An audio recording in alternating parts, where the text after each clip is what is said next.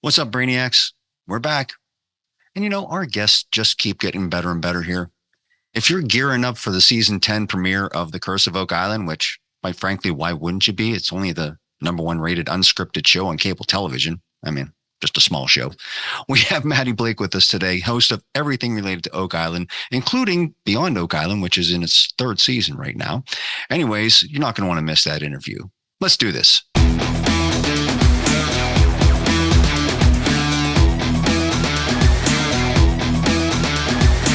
Blabber Brains. Welcome back to Blabber Brains Show. We're here for another wonderful episode for all you brainiacs out there. I am Michael M. Kadrie, and the gentleman over there with the glasses on, out of his normal rock and roll looking self, is the Big M. What's happening, sir?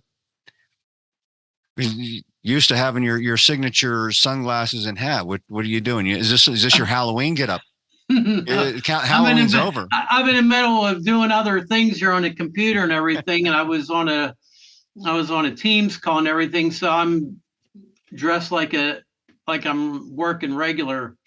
Non-music. You're late for Halloween, brother. If you're dressing as a yeah, makes me look like a little out of character for you, but we're gonna roll with it. So, how was Halloween? Did you get a lot of kids this year? No, it was a nightmare. I shouldn't say nightmare. It sucked. Last year sucked too. And I think this year we had only 26. Last year it was 19. We used to get about 50 to 60. And it seems, when the COVID thing happened, it sort of, the first year, there's still probably 45 kids. But I think what's happening, I live on this cul-de-sac, as you know, it's a dead end, there's only one way in and out. But if you get on my street here around the bend, and then you have maybe on both sides 5 houses, and then there's a road that sort of goes up the hill a little bit, and there's some houses there. Last year and this year, nobody's giving out candy. So kids are coming down the big road, and they can either go instead of going down, you go down the hill, or you could come and keep continuing and come to my neighborhood. Right. But when they're coming down a hill and they look out there, it's all black. Yeah. So I think what's happening is though they just figure, oh geez, there must be nothing going on down there. So they're not coming. There's not one person in that whole section there, or even across the way on my street that's it's another little hill, but it's a short road. I think there's only 7 houses on it, but there's 2 people up there that have their lights on. But if I was a kid coming down, I look and I see a stretch of street that's all completely black. There's not even a neighborhood what do you call it, lamp post or street light? Yeah, street light right there. and they're not coming back here because we're giving out candy, but yeah, you should put a big sign saying "candy this way." That wouldn't be too obvious. I mean, it's ridiculous. I mean, free candy this way. I bought, last year I usually buy for about 75 kids. Even though I'm not gonna get that much, and usually I'll always buy also some little reserve bag of like fun size, Kit Kats or Reese's or something, because I'll eat them, myself. Right. And I have some, I didn't go through anything. I'm like, well, this year, maybe it will be different. The weather's decent here. It's not cold. And it just it made virtually no difference. Last year was a little crappy, but they're just not coming here. I might as well just buy a few candy bars and pass them out because I get stuck with them. Well, I usually buy potato chips, and so I know exactly how many I've handed out, and it's usually about 50 or 60 kids or something like that in my neighborhood, because we get kids from outside the neighborhood because it's a one way in, one way out neighborhood. But I keep getting bitched at saying that, no, it's not fun. You should hand out candy. You shouldn't hand out potato chips. My kids keep bitching at me. So this year I bought candy, but I didn't know how much to buy. So I bought a couple bags of candy. Ends up being like, 300 or 400 pieces. So my thing was I'll put it in a bucket and tell people just grab a handful of it. Right. So every kid come to the house, I'm like, grab a handful. And they're like, they take one. I'm like, no, take more. And they're like, no, thank you. And I'm like, Yeah, it's good stuff. It's like it's like Reese's, it's Hershey's, it's and it's also the like the Halloween stuff, and there's the mini Snickers, the mini Three Musketeers, the Milky Way. It's good stuff. It's the average. It's the stuff you love at Halloween. And these kids are just like, a few kids would put their whole hand in there and take it out, but it's like so many people were just taking like one or two pieces, and I'm like, I got stuck with so much candy left over. I ended up bringing it in and putting it in a big bucket for everybody to just kind of partake in. Geez, I mean, I got yeah, stuck with a lot of candy. yeah, it's hard. Like I would think myself even to grab. What I do is I got um those. It's not even. I waited until a couple of days ahead of time just because I knew what happened last year, and I'm thinking if it's raining and it's going to be bad, I'll just wait and then I'll figure, well, maybe this year one or two people will give out candy, and they want, and then that will be, and then we'll be back to normal. So I had enough. I was given. They have now.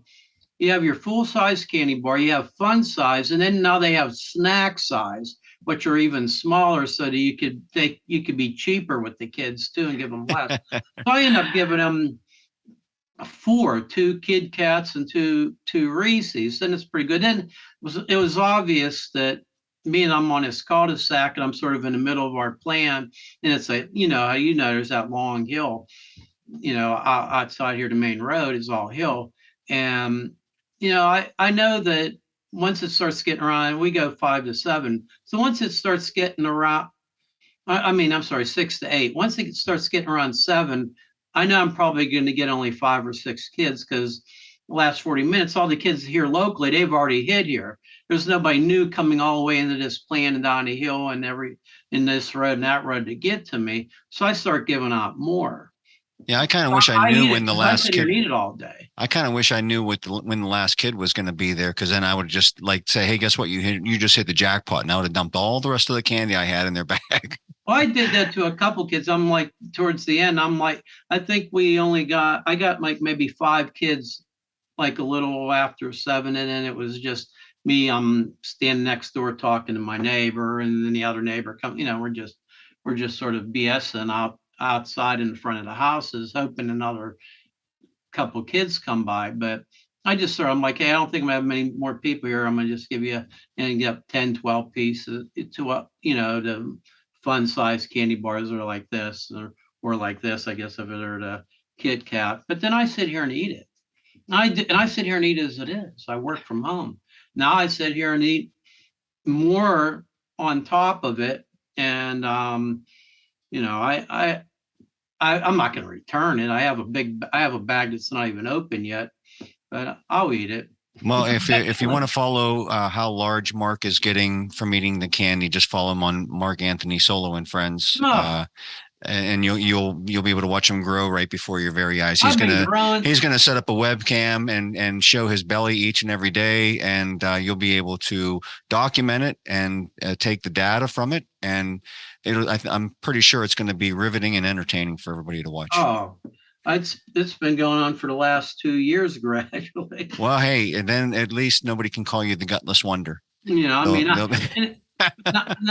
even when I ran 4 miles today during my lunch. Yeah, there you go. Yeah, but when you run, you're not supposed to be having the candy bar in the other hand.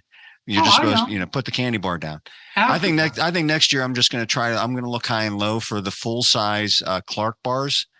Because nobody hands out Clark bars anymore, but I love Clark bars. I haven't seen. Yeah, they still make them. Yeah, you can buy Clark bars still. I've bought them in packs. I haven't seen those in ages. I got the smaller Clark bars, but I'm going to try to look for the big Clark bars and hand them out, because if I get stuck with them, I won't be too upset. But I'll be able to at least count, how many I handed out. Yeah, anyways. I count that out. I mean, I do that, and I'm able to tell because of what I'm doing. Okay, I'm taking 2 out of this bag of 66, and I'm taking 2 out of this bag of 66. And kids in my neighborhood were just too nice. They didn't want to take, more than their parents are probably, remember, only take one. I did. For a few of them, I put up and I started putting it in their bag and stuff like that. And one kid even stopped me. He's like, "No, thank you." I'm like, "This is the good stuff. What do you want?" It's not like I got garbage candy. Not like I'm handing out like popcorn balls like some people do, or candied apples like some people do. This is good stuff.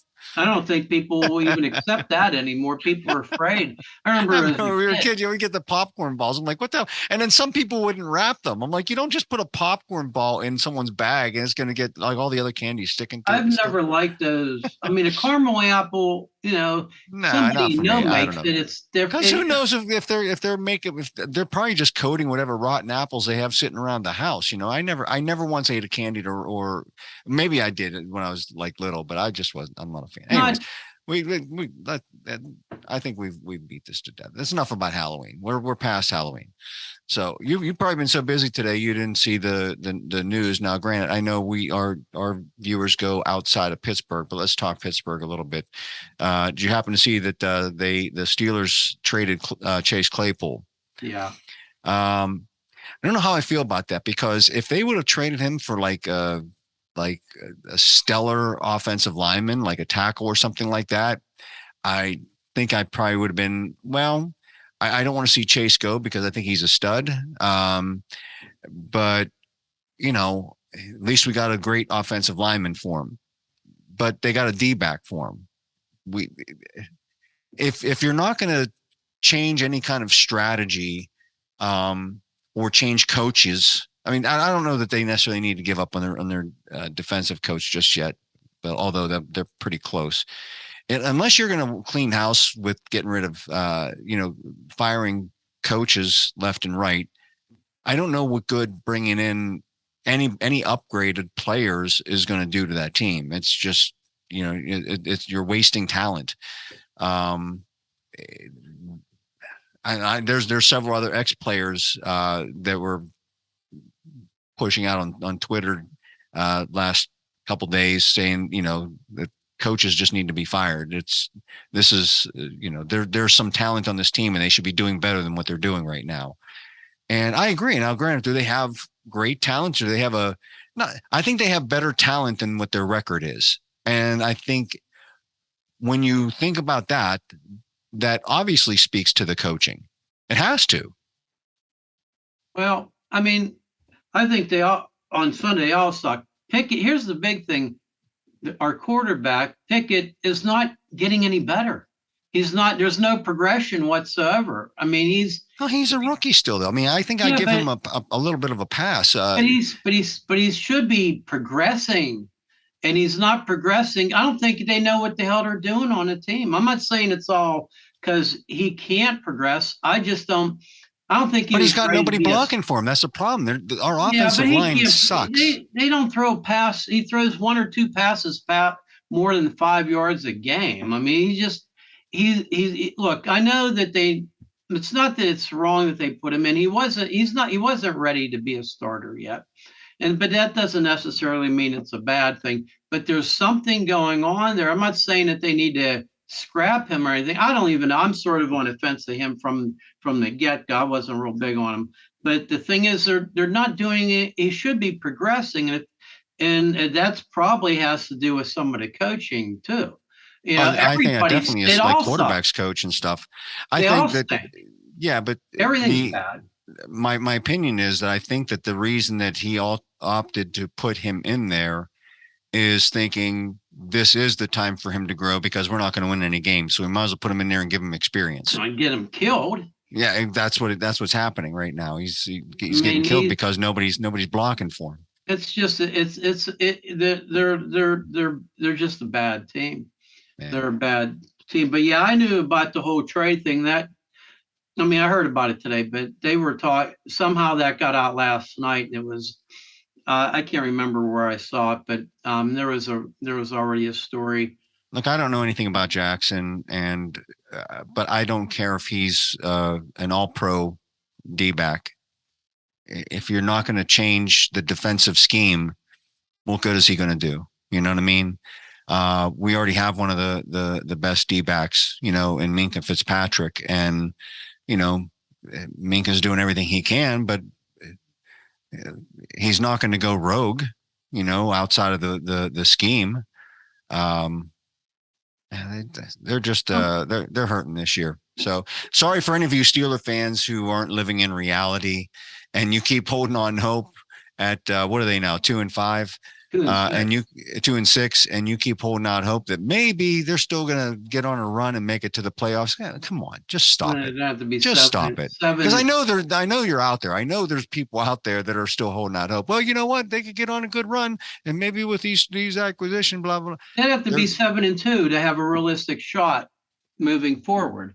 To be 9-8, that's probably the minimum chance that you have that possibly get into the playoffs, which would mean they have to be 7-2 moving forward. There's nothing about that team that's 7-2 or even remotely. I think they're gonna be 5-12.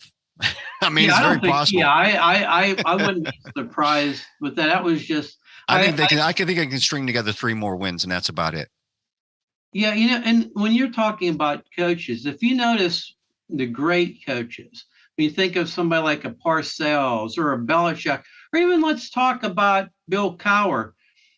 When you go back in time and you look at these coaches, you see a lot of these assistant coaches end up being head coaches somewhere else. Right. And there's that sort of, almost like a family tree where you got somebody sitting up here and you have all these things branching out where these That's a good point. Where these coaches move on. And you can see all the great coaches that are out there, the ones that are considered, just like even with the guy from Kansas City. Now, why does his name slip my mind, the head coach? He coached at Philadelphia and all these. I know. Looks like a walrus. I know his name. I'm having a brain fart just because you said that. I probably wouldn't be able to say his name in 2 seconds. Andy Reid.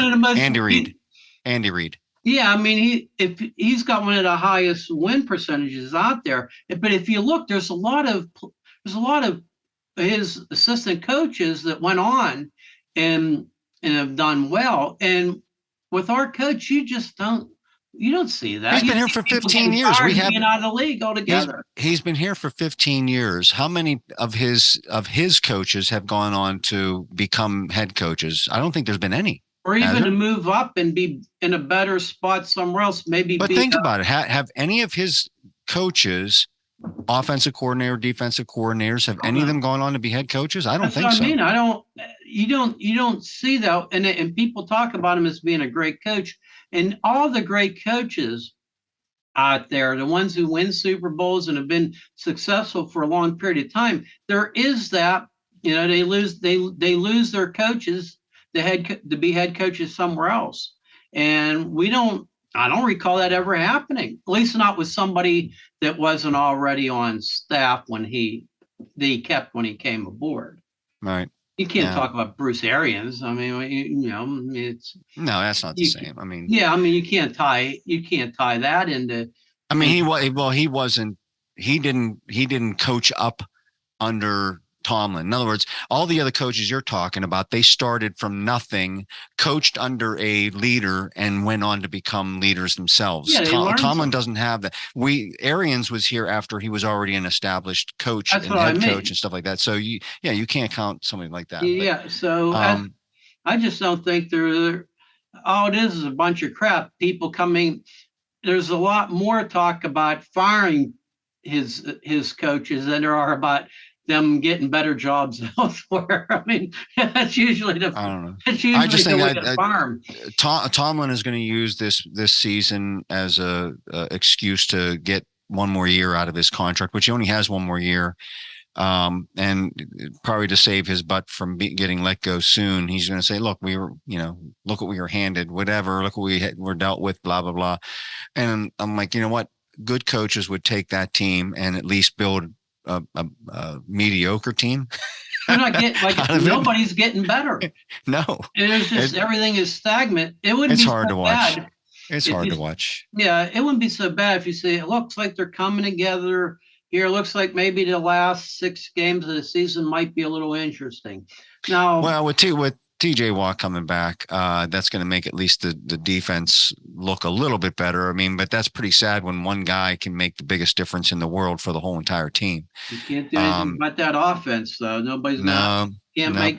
you can't make TJ Watt go out there and open up some. You might have to put him run a ball. Put him in a tackle, put him in at center or something. Yeah. Anyways, and he might even get hurt again before the season's over. Yeah. He seems like he's falling apart, Mike. Yeah. Well, I don't know. He's still young. We'll see. He's got a lot of life left in him. But anyways, there is one thing I want to throw out there is to boast about while we're at it. So let's cue it up. Blabber boast. All right. You know a little bit about this because I let you know exactly when I discovered it, but I want to boast about a band that I discovered called The Warning. And I thought maybe, okay, what am I missing? I'm usually paying attention. Now, granted, most of the bands I listen to, 95% of the bands I listen to are in the Christian hard rock realm. And I don't pay a whole lot of attention to mainstream rock. And there's not a whole lot of like newer, straightforward hard rock and bands coming up. These days. There's been one here, one there, whatever. But when I heard these, it's a trio. It's a 3-girl trio. They're all sisters. It's Danny, Alejandra, and Paulina. They're all sisters, and they're like between the ages of like 18 and 21. These are young girls, and they are phenomenal. Their musicianship is phenomenal. They've been playing together since they were little, since they were like 8, 9, 10 years old, whatever, playing rock and roll. So they've had a long time to perfect this. But I got their album, and I also looked at the credits. They write every single song themselves, and their songs have good hooks, good riffs. The guitar player Danny is just incredible. And when you watch her play, she looks like she's having a blast. I mean, she just looks like she's having a ball. And I wish I would have found them sooner, because they played Jurgles back in May here in Pittsburgh. And I saw a video. Someone took a video of the whole entire show. It was actually a really good show. And apparently a lot of people in Pittsburgh know who they were, because they were singing along to their songs and stuff like that. So I guess I'm late to the game with that one. But these guys are playing, like, they're from Mexico, and there's videos of them playing sold out shows, headlining down in Mexico. And when they're up here, they're playing in front of sold out shows, even if they're paired up with someone else or whatever. They're on a tour with Hailstorm and a few other bands. But they just blew me away. They're I wouldn't say that every single song on their album is like awesome. I would say that 75% of it is pretty damn good, and with like 3 or 4 songs that really stand out. I was super impressed. I told you about them. Did you get to check them out at all? Yeah, I did. And I like them. I have to admit, I don't listen to a lot of that type of music anymore, but singer's really good, and she's a great guitar. Look, you just don't see, forget about gender. You don't see a lot of trios coming up these days, right? When's the last power rock trio that oh, they're out made there. names for themselves? I'm talking about someone that made a name for themselves and that played kick-ass rock and roll music. When's the last one you can remember? I have no idea. I mean, there are a lot of big trios out there, but as far as anybody new, I'm not even keeping up with it unless there's somebody I'm unaware of. Yeah, I mean, I'm not saying that there aren't any. I'm just saying, first of all, it's rare that they're a trio. Second of all, and all 3 girls sing. I mean, the drummer Paulina and Danny, the guitar player, do all the lead singing, and Allie, the bass player, she does some fill singing and does background singing and stuff like that. But the fact, like I said, putting the gender aside, just the fact that they're a 3-piece band writing their own music that sounds great, and as young as they are, that gives me hope that people this young writing that kind of music and putting, just kick-ass rock and roll is great. I mean, they don't don't sound like they're trying to record anything that's going to get major radio play. They're just recording stuff that they are probably getting off on, you know what I mean? But anyways, that's, I wanted to just let people know about them. Go check them out. The Warning. They're all over social media on YouTube, Facebook, Instagram, TikTok, everything. So please check them out. Download their album, see what you think. Go to, if you got Amazon Music, if you've got Prime Music, whatever you want to call it, Apple Music, Google has their own music stream. I think that, anyways, just check them out. You can get their music anywhere. So anything you need to boast about? No, I didn't even think about that before this, but I'll grab this here since I used it a little while ago. It's been around for a while. The Pledge, anti-service, antibacterial. This is excellent stuff for cleaning anything. I can use it to clean my desk, Right. my dining room table. It's all right. All right. Once again, people, these are not paid advertisements. We're just talking about things that we've come across that we happen to really like. So let's just kill the segment right now. Blabber boast. All right. So we got Matty Blake coming up with the interview. Again, you're not going to be able to be involved in the interview. This is 2 interviews in a row. People are going to get suspicious now that things are up. Last time you were promoting your album and your EP that just came out, which is doing phenomenal. People are loving it. They're loving the video that you put out for it. It's really getting people's attention. So congratulations on that.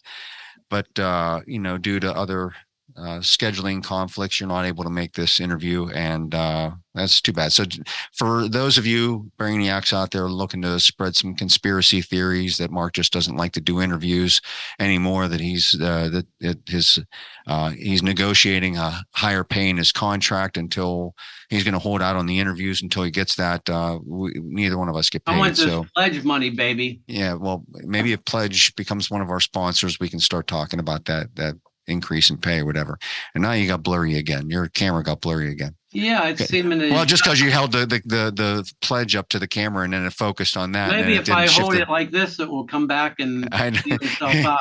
It's the field of focus changed, and now you're all blurry. Either that or my eyes are blurry, but I don't think so. Because no, I'm seeing what you're seeing here too. Yeah. For some reason it's readjusting itself, but you think that it would do it again. Like if I moved or used my hand, that it would just zoom in. You would think, stick your face in the camera and then pull back. There, now pull back.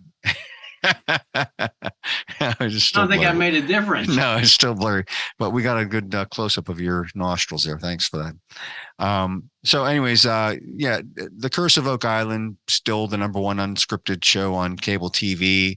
It's they're just launching their 10th season next week. I'm sure a lot of people will be tuning in for that. Matty, the host of Beyond Oak Island, he's got some podcasts out there. Just a really nice, down-to-earth guy. And I'm sure it's going to be a lot of fun to talk with him about. I'm not just going to, for those of you just to see it, this is not going to be an interview just trying to get some information on The Curse of Oak Island. We're obviously going to talk about that because it's associated with him. But I want to know a little bit more about Matty. Where he came from, what his background is, because consider this the behind the scenes of the behind the scenes. Matty takes everybody behind the scenes of Oak Island. I'm taking you behind the scenes from the guy that takes you behind the scenes, if you follow that. Anyways, so we're going to take a short break here, and Mark's going to clear himself up and dust himself off, and he'll be back for the next episode. He's going to go clean himself off with Pledge. Maybe that'll take the blurriness out of him or whatever. I don't know. So we'll be back in a minute, and we'll see. We'll catch the big M there on the next show. So hang in there, people. Blabberbrains. Might it be the ship that once carried the lost cache of gold that the Captain Lawrence and its crew were reported to have found in 1933, before also sinking to the bottom of the lake? The ballast zones are key in a lot of ways because, first of all, it narrows what kind of ship it could be and when that ship was sailing. Welcome back to Blabber Brain Show. We have our very special guest with us today. You might know him from everything related to Oak Island, drilling down beyond Oak Island now, all the behind the scenes stuff. The wonderful and very busy, as I'm finding out, Matty Blake. Let's give him a big round of applause. Well, thank you for having me. Yeah, crazy busy. Yeah. I mean, the more I looked into everything you've got going on, I'm like, I thought I was very busy, one of the most busiest people I know, right? So yeah, but you got a lot going on. So you know, I thought this was going to be a very interesting interview because, you know, we get a lot of in-depth background on the Laginas and Oak Island thanks to you, but the fans don't get a lot of background on you. So consider this like a behind the scenes of the behind the scenes. Dig it. Type of thing. So where did you grow up at, Matty? I mean, let's take it back a little bit. We're not going to dig right into Oak Island right now. We'll get to that, but let's get a little bit more on your past. So what's your background? I'm what they call around these parts, and this is a little crude, so forgive me, but I'm what they call a masshole. Born and raised in Massachusetts, moved around a little bit, but mostly in kind of what they call the Metro West area, which I grew up about 40 minutes directly west of Boston. It would be the equivalent of living like in Westchester County if you were from New York City. Okay. So about 40 minutes directly west of the city. Not quite Central Mass, but just before it, in between Boston and Central Mass, basically. And yeah, very suburban, very rural upbringing. I was a basketball player, loved basketball with a passion. I grew up during the 80s Celtics run with Larry Bird. And so, you know, I pursued that was my whole, oh God, it was just such, I love that team so much. It was a magic time in Boston. Yeah. Well, that's awesome. I mean, and so trying to get you into where you're at right now, like what did you go to school for? It's a weird story. I was a criminal justice major. Okay. And had designs of being a police officer my whole life. From the time I was a kid, it's all I wanted. You know, I have this thing where I think I was undersized. I was very skinny, and I hated bullies. I just had this thing about injustice, like not to paint myself as some sort of savior or anything. I just didn't like people getting picked on or something. So I love the idea of like being able to stop that somehow, having a badge and being able to stop injustice. You know, all my things I loved heroes like cops on TV and things like that. So I pursued that right through college. That was my major. I was going to pursue that fully, and actually did work in that industry for a couple of years out of college. I worked with high risk youth. I took a job with Department of Youth Services, and then with an organization that helped. It was like a government task force to keep kids off drugs and out of gangs and things like that. Oh, cool. While I was waiting to try to get on like a federal, I was looking at U.S. Marshals at the time. And right during that time, living in Boston and working with the high risk youth, I started performing out in Boston, kind of on a dare from my brother and my friends, actually. I was one of those guys always like, if I was a comedian, I would say this. If I was on Saturday Night Live, I would do this. You know, if I was an actor. So I just did it as a lark. And I won. Like open stage stuff? Or? Exactly. It was an open mic night in Boston at a place called Remington's, I think it was called, or something like that. It was a comedy club in downtown Boston. I lived downtown Boston. So we all went and had a few beers, and I won it. It was like a Catch a Rising Star open mic night. And the next day at work, I had like a call from a guy saying, do you want to start hosting shows for us? And you just do like 2-3 minutes and you host the show. And I was like, yeah. And that led to, in pretty short order, I was recruited by an improv and sketch troupe, a very famous group in Boston called Improv Boston. Okay. And that was like my college. Those like 4 years was like a post-grad crash course in performance and stage and all that. Well, and that seems like a lot of fun. I mean, improv is always, I mean, growing up, like I did some theater and stuff like that as well. And I've done some acting and on a lot of my stuff is done on the other side of the camera. But I mean, improv is just, it's almost like an adrenaline rush, I think. So like when you can just start thinking of things on the fly. And so. It was quite a training ground because we would be backstage, and I didn't do theater. Like I said, I was a criminal justice major. So this was all new to me, other than what I'd seen my kind of heroes do on television. Right. And I literally had people backstage. The audience would suggest, let's say, it's a Tennessee Williams play. And I would look at my co-actors. They were like, it's in the South, swear a lot, and there's drinking, and it's hot. and like, that's how I learned like all these things. And then, you grow. As in my 20s, I started reading and studying. And so that was like a working arts college that I went to those years. And it was an exciting and fun time in my life. That's cool. I mean, I guess that's what also, gives you really good background to be a host of things, because, trying to keep things going, trying to talk about things, trying to look at things a little bit differently, and try to open up conversations. You're working on an unscripted, show. Yeah. And, the Laginas like to say they're probably the most unscripted show on cable TV, because there are quite a few of those unscripted shows that are pretty heavily scripted. And I'm sure probably there's a lot of, thought that goes into like the drilling down. Yeah. You're not just going in there blind, you kind of have a game plan and stuff like that, but I'm sure whatever you're trying to capture on TV is basically just you trying to be you and trying to get information and trying to ask questions and stuff like that. So, the best stuff comes from, in my opinion, as far as what I do, the best stuff comes from when it isn't on the script. Right. Because drilling down is a different animal, no doubt. And Right. I've got my little questions that I prepare, but it's when I go to ask something and Marty, Rick, or one of the fellowship says something that I wasn't expecting. And I go, Right. oh, hold on. What were you just saying there? Wait, there's a new area? What do you mean? What are you talking about? Or what do you mean your father said that? That's where the magic happens. So yeah, it's the follow-up, you know what I mean? It's the improv pays off. Yeah. Exactly. So take us up to that point. I mean, this is where we're now getting ready to, if I'm sure people tuning in know, start the 10th season, right? We're coming up here. I can't believe it's been 10 years. That's just unbelievable. But so now you didn't join the show until what, like the second or third season? Was it third season of the main show? Yep. So how did you land that gig?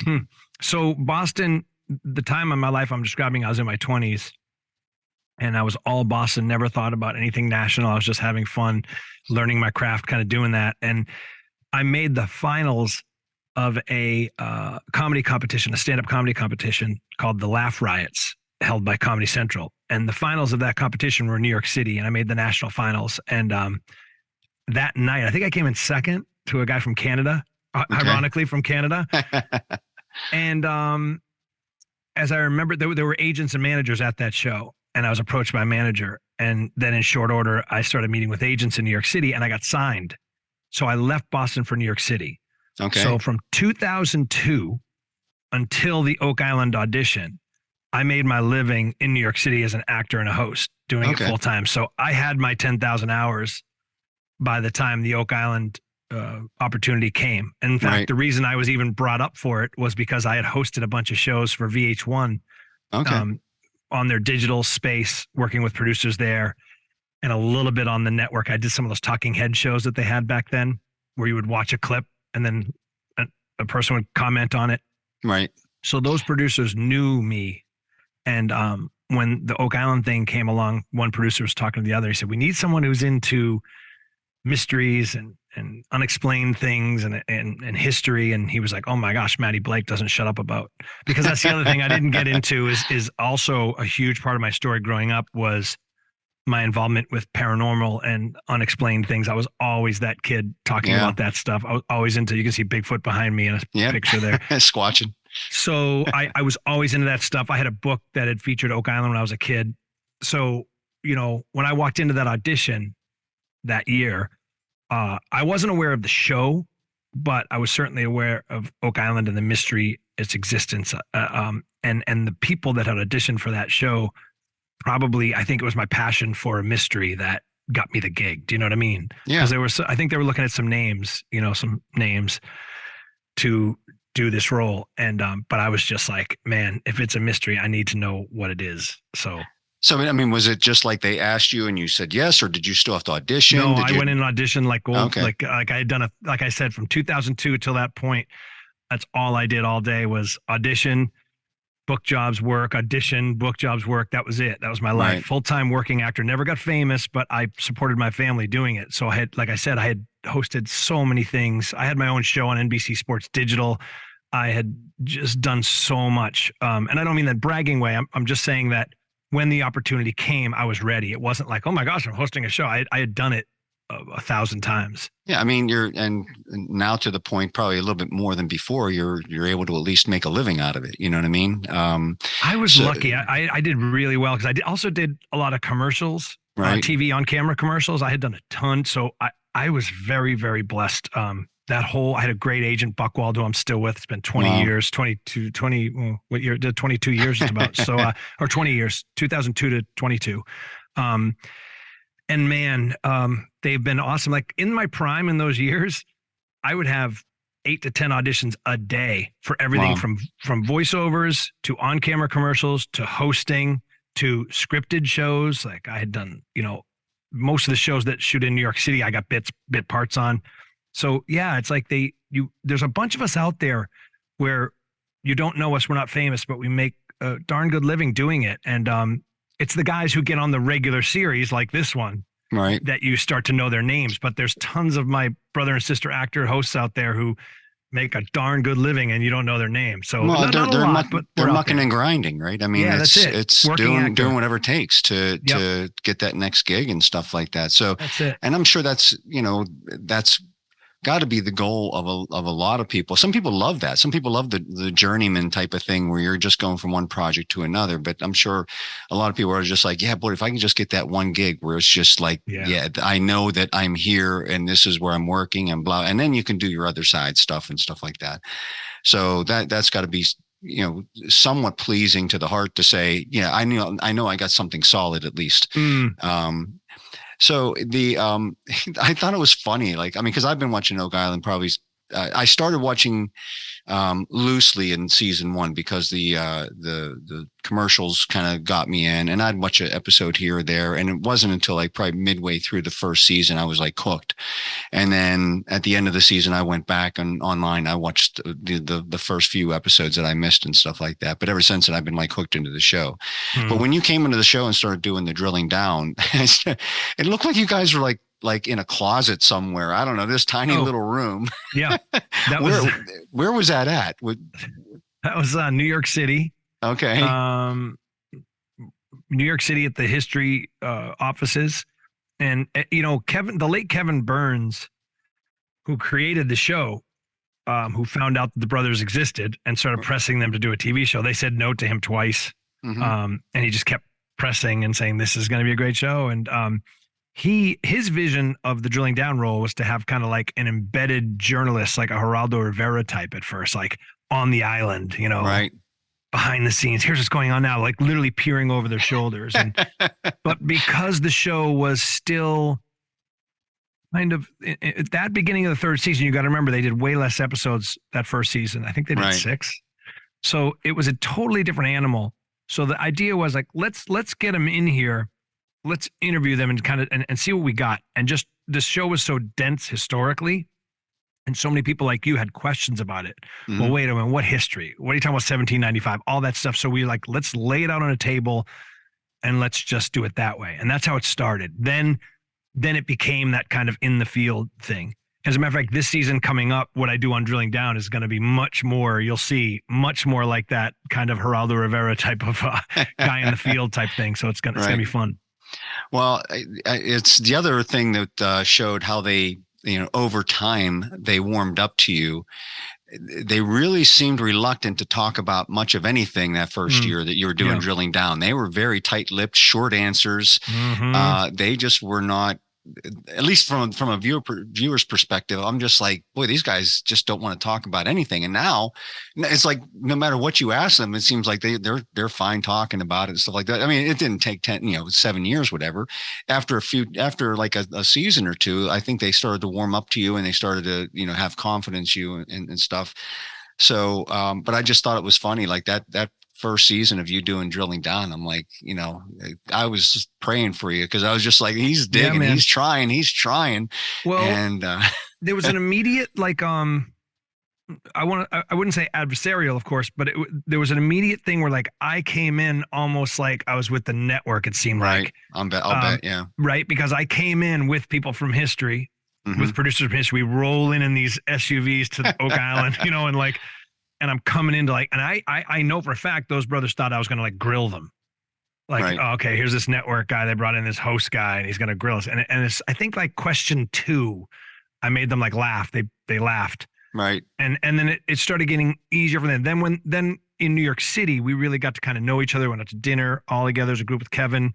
Got to tell Rick and Marty my story about I'm a family man. Told them just what I told you, my history, working actor, and they started to go, okay, this kid's from Boston. He's not some fancy Dave Blankenship used to call me City Boy because of New York City. I'm like, Dave, like I grew up in an area like this, like Oak Island, Right. So once we got to know each other, and then over the years, they saw that my heart was true and that I shared a lot of the same values as them. And now we're like family members. Like I love them like brothers, or uncles, I guess would be more appropriate. I guess that begs another question. Why did it take them so long to make you a member of the Fellowship of the Dig? I mean, I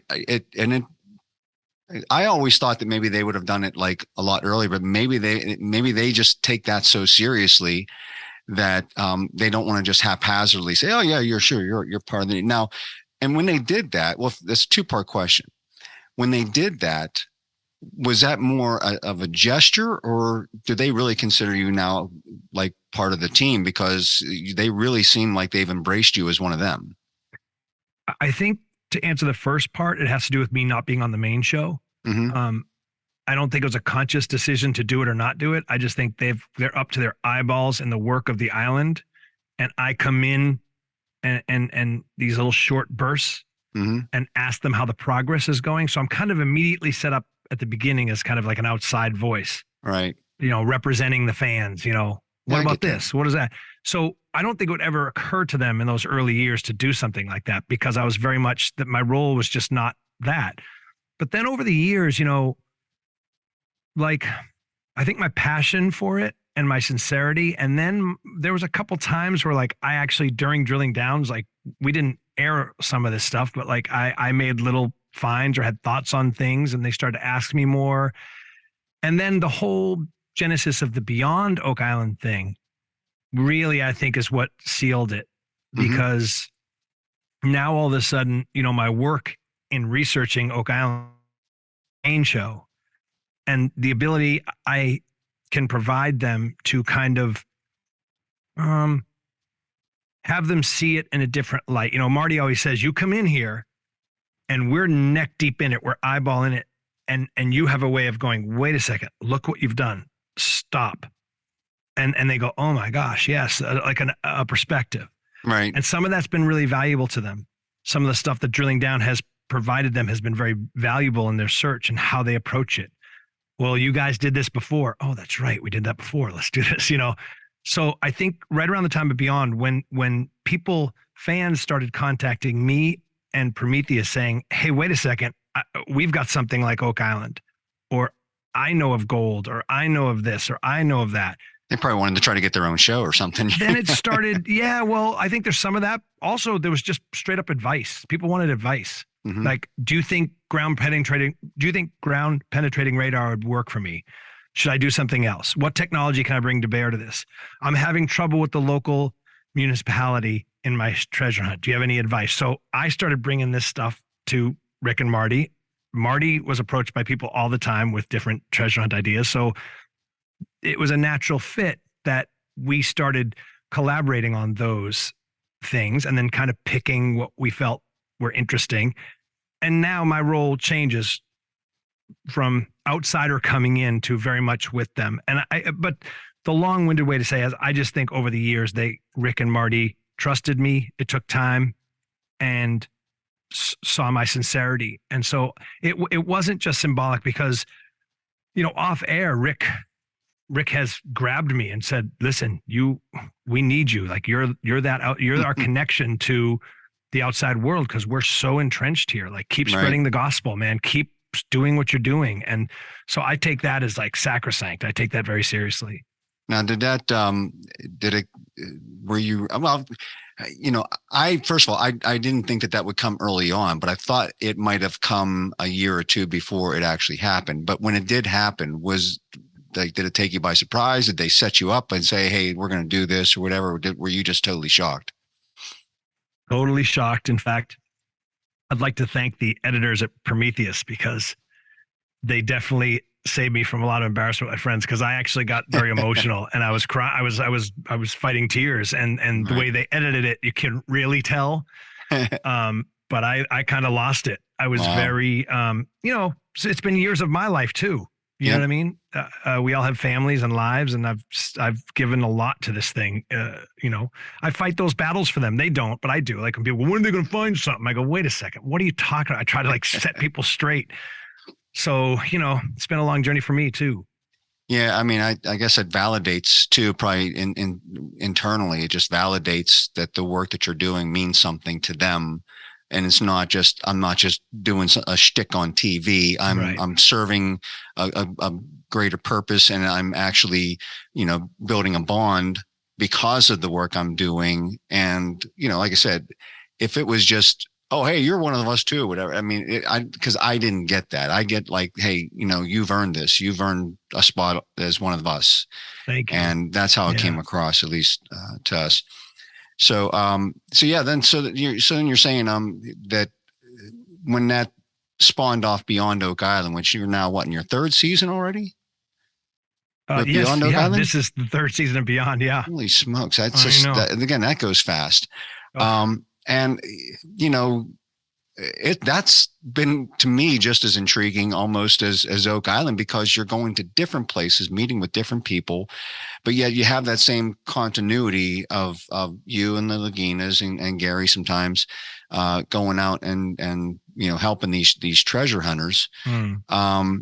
Was that just something that just, like, who came up with that idea? And just, I know you said they had a lot of people calling the show and stuff like that, but there had to be some decision saying, you know what, let's try to make a show out of this. Yeah, absolutely. Of course.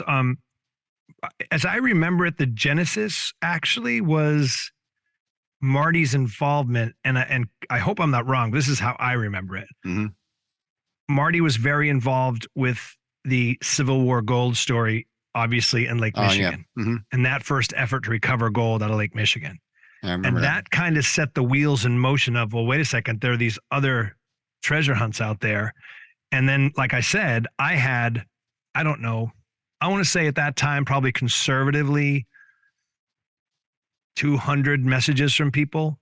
I know about this. What do you think about this? Would this make it, the Captain Kidd was in Long Island Sound, like all these things that people were hitting me with. And I just kind of responded as kindly as I could and said, sounds exciting, but stay in touch. I don't know what to tell you.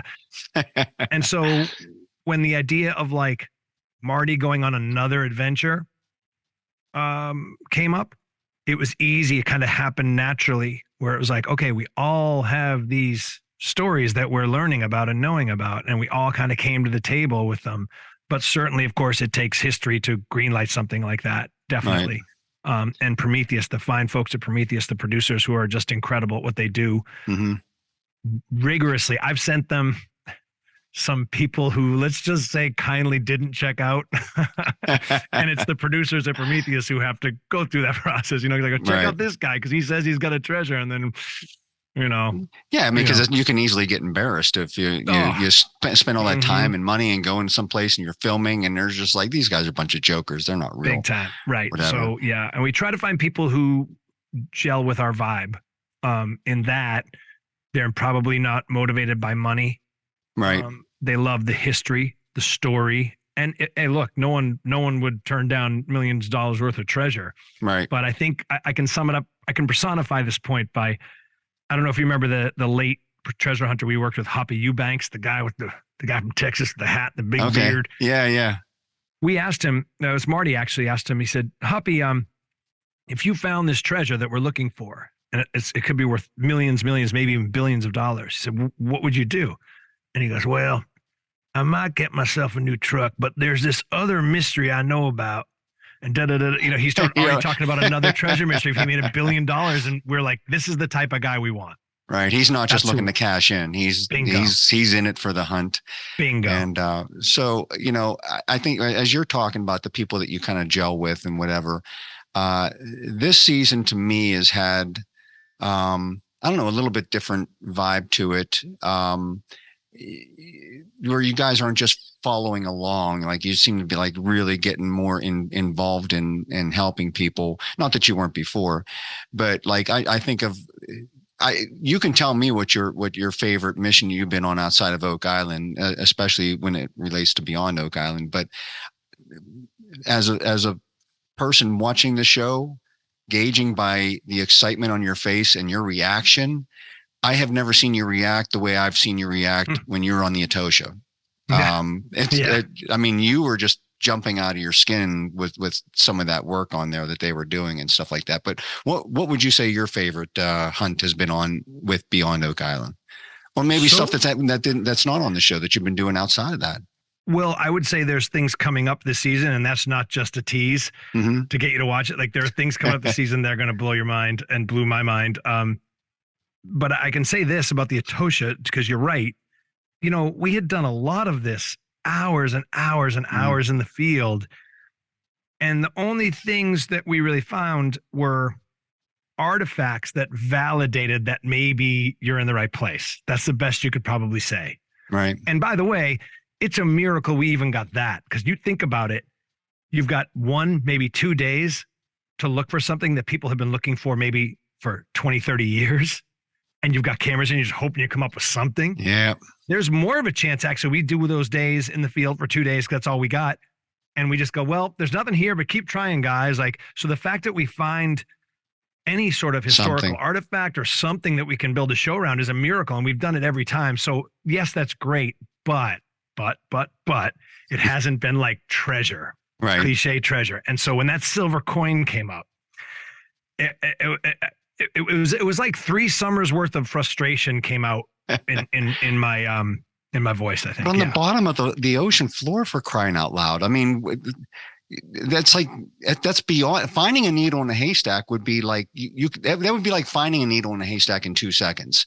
It's like the equivalent to that, right? Making it so easy to find a needle in a haystack compared to how you find a silver coin coated just with gunk and debris and ocean sediment caked to it in the middle of nothing. It's incredible. I like how, you know. Well, I can tell you how, in a way, and you're right. And I love these guys, these people on social media, like they never find anything. It's like, dudes, what we're doing that is was hard. real. That was real. Yeah. That was real. Yeah. And I can answer that question partly in that I was just working with a young wannabe treasure hunter. It's his like senior project here in my town. And he said, what's your advice to start any treasure hunt? And I said, do all your work before you start hunting. Research. You're gonna make your finds and your discoveries actually in a library or on a map or something, and you're gonna whittle your search down through that type of effort, and it's gonna make your odds increase. So something like this work on the Etosha that's been going on with the Fisher family for years, they have done all the legwork and years of search to know. And you saw that map that Captain Tim showed me. Yeah, I mean, it is as detailed and intricate right? as every map ever made. It's got geo points all over. They know so yes, it's incredible, but how did they do it in the days we were there? The 2 days we were there is because they've done the work leading up to that moment. And that's how you do it. Research. Yeah. Yeah. I mean, it'd be like akin to like saying, I'm going to go hike across America and take a map with you, but not have a plan on how to get from California to New York and just start setting off on your journey. And then like in the middle of your journey, he's like, wait, I don't know where the hell I'm going. That's right. I better really like lay out a plan here. Absolutely. Yeah, you got to do that. So, all right. Hey, let's go beyond Oak Island. Talk about your interest in paranormal and how that came about. Well, first of all, let me ask you something. Are you still in the Boston area? Are you in like Rhode Island area? Or where are you at? Okay. I'm right in Rhode Island. Yep. I'll because I'm prefacing that because outside of taps and ghost hunters and stuff like that, I seem to know a lot of people from the Rhode Island area who are really into paranormal. Is that just like we're the smallest state in the union? Let's just find something to be known for. Let's all just do paranormal stuff. I mean, what the heck's going on there in Rhode Island? No, I don't think so. I think it has more to do with New England. Right. The history in New England is really, when you think about it, besides, I guess, Jamestown. And if you want to go some of the, Spanish exploration down south, really the history of New England is the founding of this continent, right? Right. North America as we know it. So the history is very rich. It's very old as far as American history goes and European settlement and all that. A lot of old buildings and stuff. Yeah. So there was a lot of bloodshed in New England.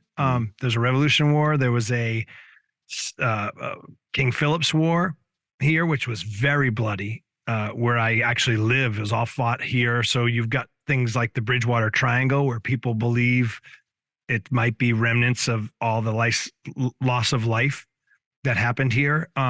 You've got the Salem witch trials. So you've got this rich history. And it just kind of, I think, whether you believe in this type of thing or not, it kind of sets itself up for at least tales of ghosts wandering around, right? Probably more so than like, I don't know. There's just more history here. There's a longer history here than there would be in like California or pushing out west, the expansion out west. It's just newer history. So you've got this old, really history going back to the Pilgrims and a lot of bloodshed, and it kind of sets itself up for tales of ghosts and stuff. Yeah. So, and you do a couple of podcasts. One of them is what is it? P for Paranormal. Yeah, that's the only one I do now. The other one is I don't do anymore. Monsterland. So it's called Rated P for Paranormal. Yeah. Okay. And it's me. It's me and Anthony Arkin, who is, do you know the actor Alan Arkin, the older actor, Academy Award winner? It's his son. And okay, Adam's brother. Yes. Okay. Adam's his brother. Yep. And so Anthony is a actor and filmmaker in his own right, and he's a cinephile. He's an expert because he grew up on sets. So, and he's also passionate about the paranormal. So what we do is we rate and review anything on television or film that is paranormally themed. And it's really a fun way to do a movie review podcast, basically. But we just pick movies that exclusively deal with paranormal issues. It's fun. Yeah. And what's your favorite focus on paranormal? Like, do you have something like, whether it's UFOs, whether it's Sasquatch, whether it's ghost hunting, what is your favorite area of focus? Absolutely. The spiritual side of things, the whole thing started with me as a young kid because my grandmother had a ghost in her house, and her tales from Ireland about prophetic dreams, people in her family that had dreams and things would come true. And then I had one when I was a kid. So I've always been very sensitive to something going on after we pass, after we leave these bodies, so that's my main area of interest. It's bled in over the years to UFO and Bigfoot is fun and all that. But my real core interest is life after death and apparitions and things like that, because it's like a quest for faith for me. It's like, if that exists, then what else exists? It's faith affirming for me. It's a search for God. Kevin Burns used to say that about Oak Island, actually. Kevin Burns used to say Oak Island and ancient aliens at their core are like a search for God. You're looking for answers to things that seem unanswerable. And it's validating when you find things that, well, if that exists, what else exists? So if I can see an apparition and I believe what I saw to be true, then it opens a whole world of what else is possible. So that's what I love about it. You think about the movie Arrival with Jodie Foster.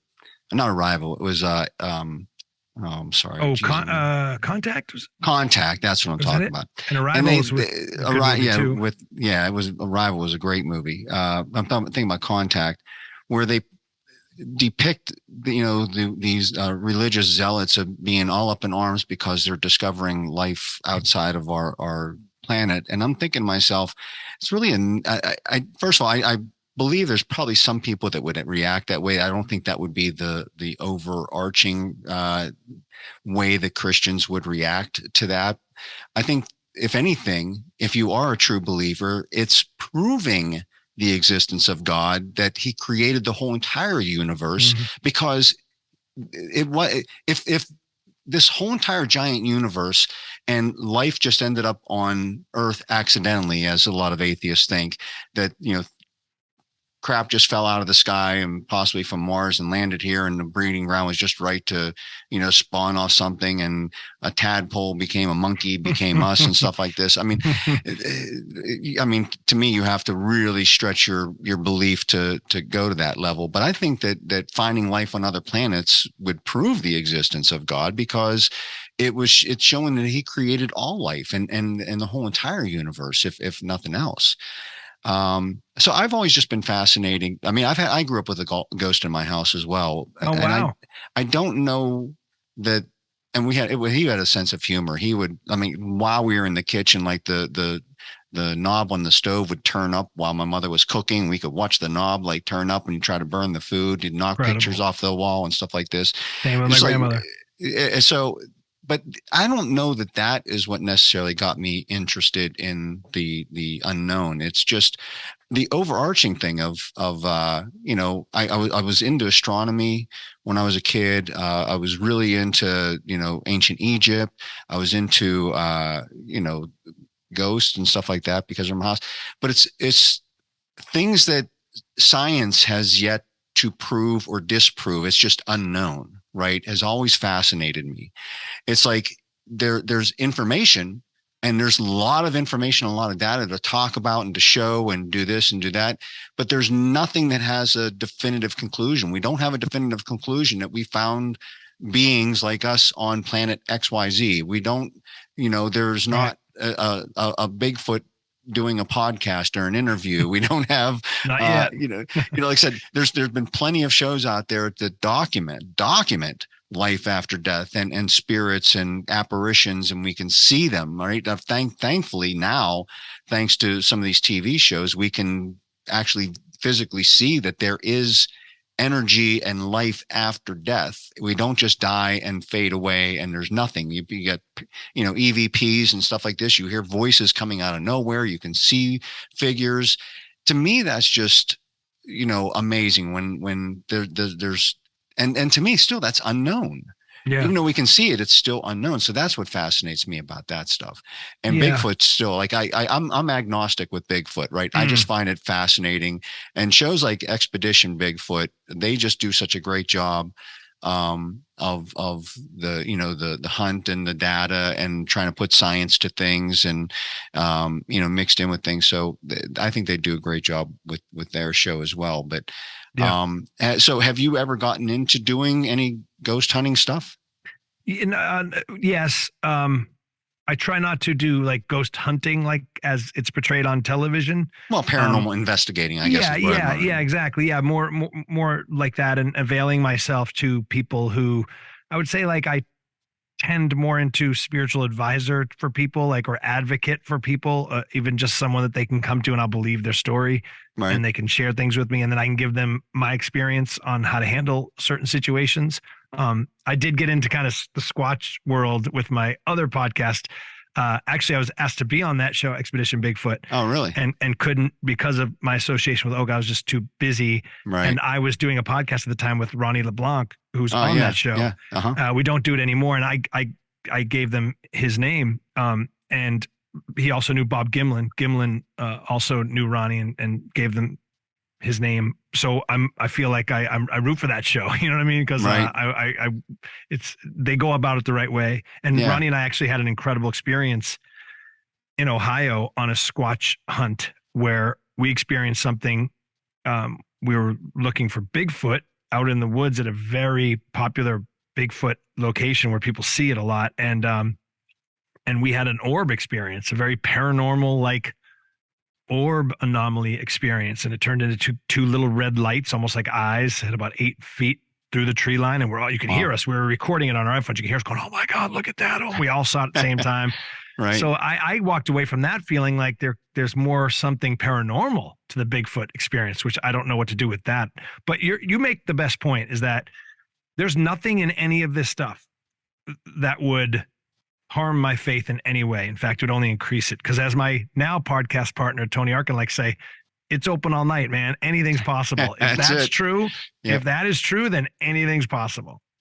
And I always used to say that, one day that all the mysteries of the world and all of our questions will be answered when we pass on. But then I have this other side of me that says maybe they won't, because maybe we won't care. Right.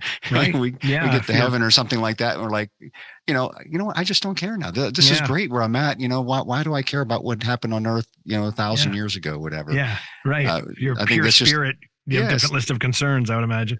Exactly. I just want to talk to you briefly about your, because I know you like me, I love golf, right? I don't play near as much as I'd love to play. I'm just too busy to do so, but I love the game. I'm probably better than average, but I don't consider myself a great golfer. I was better when I was younger. As you get older, you kind of, lose a little bit. And especially when you don't play as much, you lose a little bit. But, and you travel around a lot. Yeah. So where is your favorite place to play golf? Or do you have one favorite course that you like to play? Yeah. So I have like I call it my rosebud, like Citizen Kane. It's called Green Harbor Golf Club. It's here in New England. It's in southeastern Massachusetts on the coast.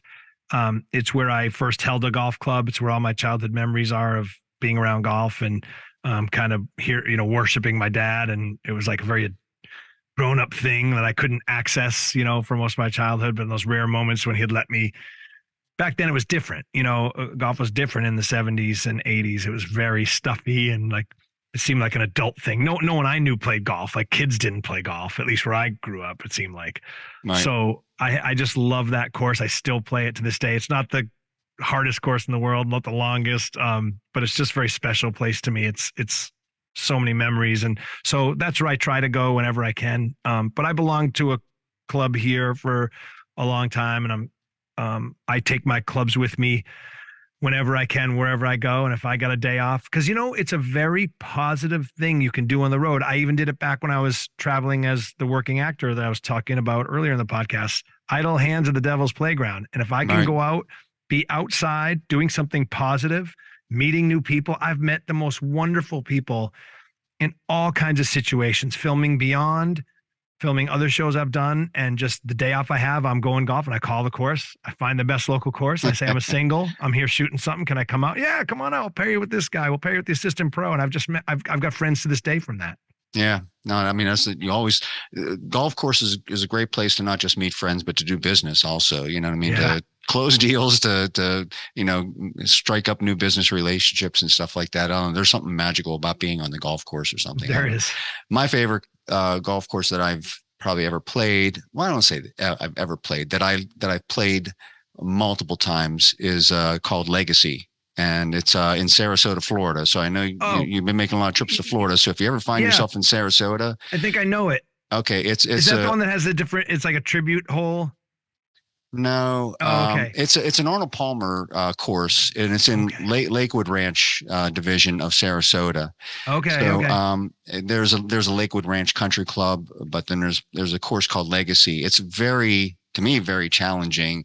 Now with me, I can shoot anywhere from 85 to 95, and that's kind of like my range. Like I said, probably better than average, but not that great of a golfer. I've yet to break 90 on that course, and I've shot exactly 90. And I'm like, that would be like going into the 18th hole, and like, I just need a bogey to shoot an 89, and I'll be happy. And I get a double bogey. I'm like, this foils me, Yeah. So if you're ever in Sarasota, you got to look up Legacy and go play that course. I know it somehow, but I can't think of how I know it. Someone is definitely, I have some connection there. So I actually worked in golf for a little while. I did a job for Golf Channel. I hosted a thing for Golf Channel called The Golf Detective. And then I had my own golf show actually on an upstart golf network called Back Nine. I did a daily talk show about golf called Off Par with Matty. It was on DirecTV. The network only lasted about 10 months and they ran out of money. They were trying to compete with Golf Channel. So I got to play some really cool places. I got to play, TPC Sawgrass and hit a ball into the island green on that par 3. And so it's been quite a journey, but yeah, my favorite little course is a little nondescript public course called Green Harbor. It's where my heart is. Well, that's cool. So, okay. So what else do you have coming up? I mean, I know you're a very, very busy guy. You still got, I mean, all the Beyond Oak Islands have been filmed and they're yet to come out. And you got the kickoff for season 10 of Oak Island coming up and all the drilling downs there. Yes.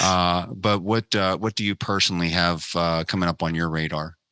I mean, right now it's all about kind of doing what I have to do to wrap up what you're about to watch now. And this is a little confusing, I know, because it's out of time. All right. But what you're about to watch in season 10 is kind of wrapping up now. Right. So the end of the season, right? So that's my immediate focus is things have to happen. I'm going to be very busy in the next month or two, making sure that we do what has to be done to tell the complete story of what this season 10 is and has been. And it's exciting. And then, of course, Beyond is mostly all in the can. There's some follow-up stuff we have to do. And so that's my immediate focus. And then my labor of love is that podcast, Rated P for Paranormal. We try to do it every week. And if your audience is watching this and we're audio only, though. We don't release video like you do.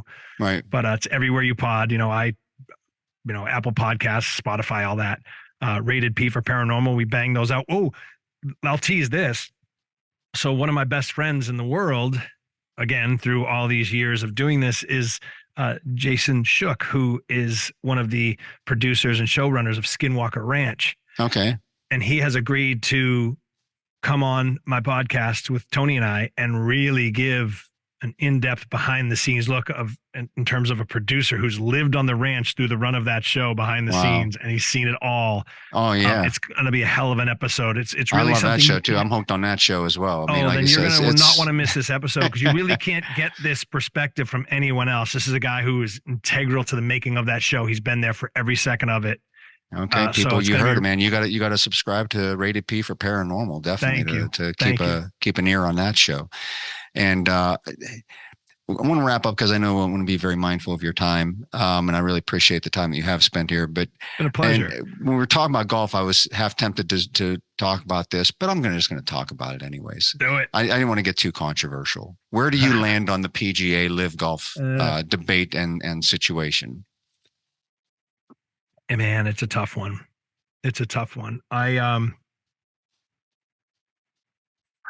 Selfishly, it's taken every golfer I wasn't crazy about, except for Phil Mickelson, who I adored. It's taken every golfer that I didn't like out of the PGA Tour. So I'm happy. I had no interest in watching Bryson DeChambeau play golf.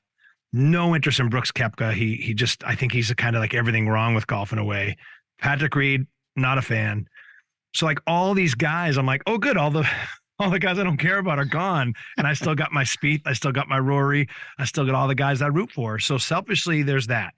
I also try not to judge how people choose to make their living. I don't like that whole like, well, it's blood money from people tweeting that on their iPhone, which is made of oil. So it's very hypocritical to me. So I don't want to be one of those voices either. So I just say to each his own. If it's for me selfishly as a fan, it's taken a lot of guys I'm not crazy about out of the league. What I'm brokenhearted about is Phil, because I know he's got his personal foibles. I've worked with people in golf who have dealt directly with him. Some love him and some aren't so crazy about him. So he's got both sides to him. There's no doubt about that. But as a fan, man, I loved watching him play and I miss him. Well, he's a lot like Tiger, where there's so many people that just don't like Tiger Woods, but you love him or hate him. I like Tiger a lot. What do you think about LIV? What's your stance? Well, that was kind of a non-answer by me. Yeah, you have a really interesting perspective on it, because I never really thought about that, because there are a lot of people in LIV Golf that I really I'm not a Dustin Johnson fan. I didn't like Patrick Reed. I don't like Bryson DeChambeau. I do kind of like Brooks Koepka. I like his personality because I think he's just a funny guy. And I think, I like people that are unapologetic about their personality or their behavior, or like their the way they do things. You know what I mean? Fair. Yep. So I took the whole Saudi thing out of the equation, because I think it's kind of hypocritical from PGA people that have played in Dubai. They play in Dubai every year. Bingo. They play in China. It's like that shouldn't even be part of the equation. I also think about when they say, oh, well, they're just trying to cash in on money. I'm like, well, what are you doing? You're not giving away your money in the PGA. You're Bingo. not, you're still making a pretty decent living playing in the PGA. So I look at it this way. I've watched LIV. I really like their format and I really like their coverage of it. But that's what tears me, because like I'm watching what I think to be an exciting format of golf with majority of players that I don't really care for. Like I said, I'm a big Phil fan myself. So I love Phil. And so, yeah, I'm torn about that. But I have also now come across other players that I probably would have never came across in the PGA. So, so and seeing their personalities, because you really get to know their personalities because they're front and center and they walk around, they're mic'd up and all this other stuff. And so I'm still torn between it. My gut is I love the format. I love the way they cover it. I love like how it's presented. But yeah, sometimes it's hard to watch because it's like, not only that, but you got like Dustin Johnson and Patrick Reed playing on the same team. I don't like rooting against people, but at the same time, like every time I see Bryson DeChambeau on there, I'm just like, I cringe sometimes, you know what I mean? I just don't like him and his personality.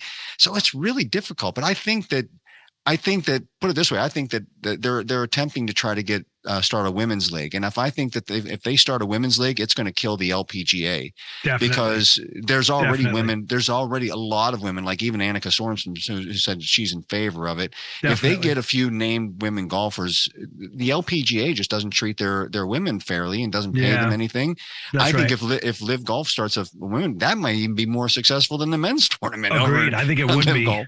I think they'd let them do whatever they want, and those LPGA restrictions would be gone that they have, like the kind of old timey way they treat some of the women there would be gone. I think, which is ironic to say because of the regime and how they treat women. But I think in the golf environment, they'd let them do whatever they want. Right. You make a great point too of the hypocrisy of like, you think so none of the big money guys that are behind the PGA Tour ever made any money in oil? Exactly. That shouldn't even be part of the equation. I will say one more thing about this before we sign off here. Well,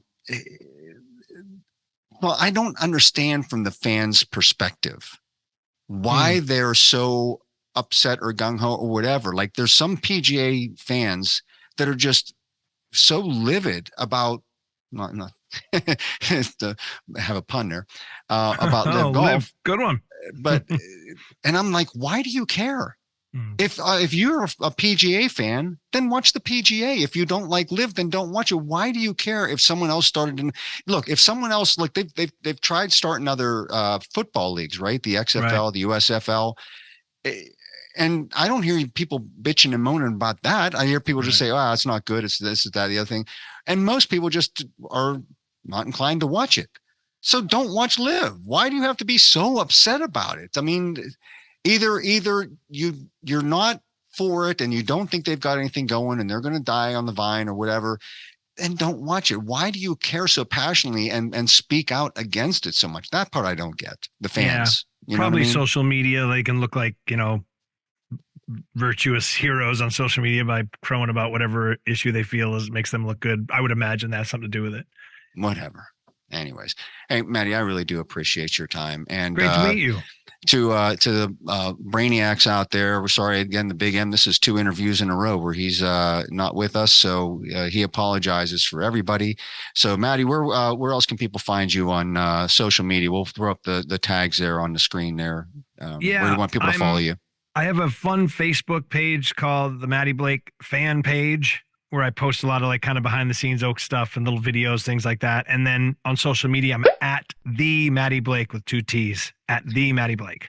All right. We'll toss that stuff up. And again, appreciate your time. Thanks for being with us.